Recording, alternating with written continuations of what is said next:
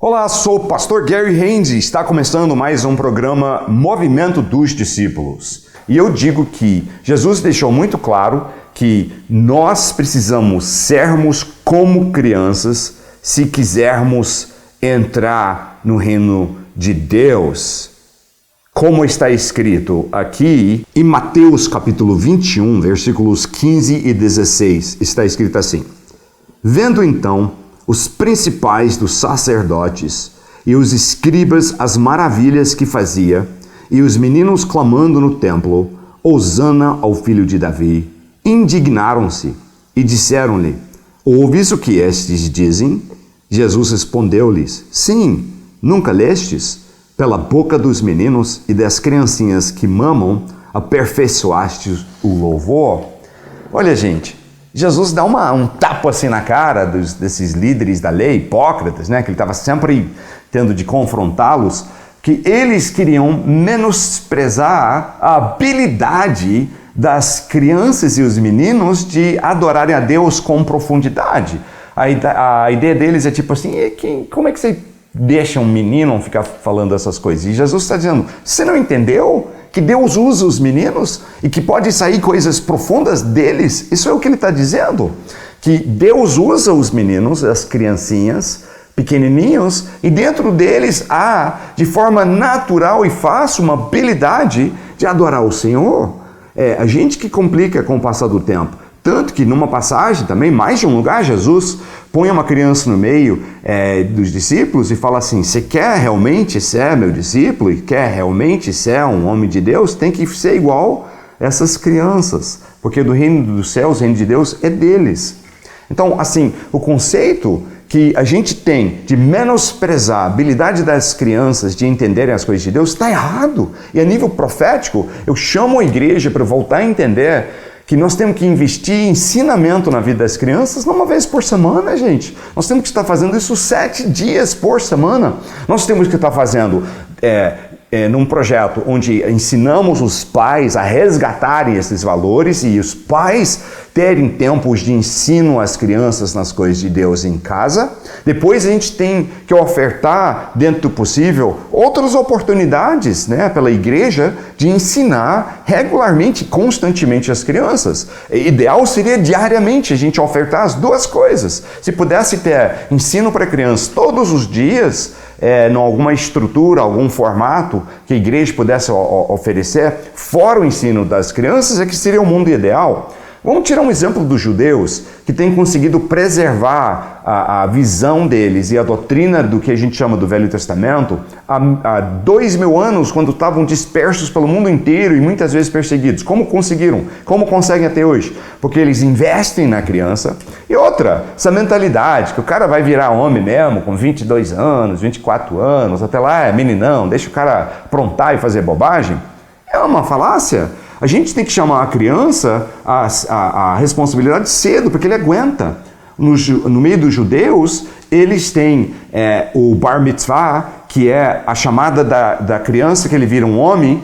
Homem não, eles sabem que ele não é homem no sentido que ele desenvolveu totalmente fisicamente, mas eles entendem, e eles chamam ele para ser homem nessa idade, porque eles entendem que é uma idade que ele já pode começar a fazer escolhas para a própria vida dele. E a gente não, a gente começa a pensar na hipótese dele fazer escolhas com 18 anos e geralmente a gente ainda está, a cada tempo que passa, nós estamos criando uma cultura de meninice, de chamando todo mundo para ser bobão, fazer coisas estúpidas e ser problemático até 20 e poucos, aí depois o cara vira homem e tal. E não, está na hora da gente entender que você pode investir na vida da criança cedinho, de forma que com 13 anos de idade ele já começa a tomar decisões sérias de vida, de o que ele vai fazer para Deus, como é que ele vai investir. A sabedoria que eles têm em como ensinar e discipular seus filhos, os judeus, para conhecerem as coisas de Deus é muito grande. E nós, cristãos, servos de Jesus, discípulos de Jesus, precisamos aprender isso, precisamos acordar para esse conceito. A gente, em geral, estamos desperdiçando um momento chave de investir na vida das crianças. Eu vou te contar uma história onde Deus começou a trabalhar isso comigo. Eu tinha feito já um ministério para crianças quando eu era criança, né? Como nos últimos programas eu contei um pouco da minha história nessa parte da minha vida mais cedo, eu comecei como pastor do culto das crianças com 9 anos de idade. Com 11 anos até os 16 anos de idade, eu virei evangelista infantil e fazia cruzadas infantis. Fiz centenas de apresentações e vimos assim mais de 1.000 crianças e mais de 200 adultos aceitarem Cristo como Salvador nesse ministério, nesse foco, tá? Então assim, eu tinha um entendimento que era importante ministrar as crianças desde cedo na minha vida. Eu tinha esse entendimento porque outros tinham me ensinado e eu sabia o valor de aprender cedo. Mas mesmo assim, quando eu tinha lá para meus 17 anos de idade, agora nessa etapa eu já pregava em igrejas. Deus tinha me colocado para estar desde os 16 pregando em igrejas para vários lados. E ao mesmo tempo, o meu pastor, o pastor Severino, um grande homem de Deus, eu tenho muito carinho por ele até hoje, o pastor Severino, ele me chamou para assumir e organizar um culto para as crianças que funcionaria concomitantemente com o culto de domingo à noite na igreja. Então, ele me deu liberdade para montar uma equipe. Se não me engano, eu chamei 9 pessoas para me ajudarem, montei um plano de ação. Eu não podia estar lá todas as vezes, porque eu saía para pregar em igrejas e eventos já, mas eu estava lá, tipo, de cada 2 vezes estava lá, uma de cada 3, uma, eu estava sempre lá para dar um exemplo. Minha equipe aprendeu a visão e eles iam levando quando não podia estar, que na realidade, a visão de discipular os outros, né? Inclusive, uma das minhas obreiras ali, que eu investi naquela época, às vezes ela também ia me ouvir pregar fora e Deus me usou na vida dela. Hoje ela lidera um trabalho com mais de 100 igrejas num estado no norte do Brasil e Deus tem usado muito a vida e ministério dela.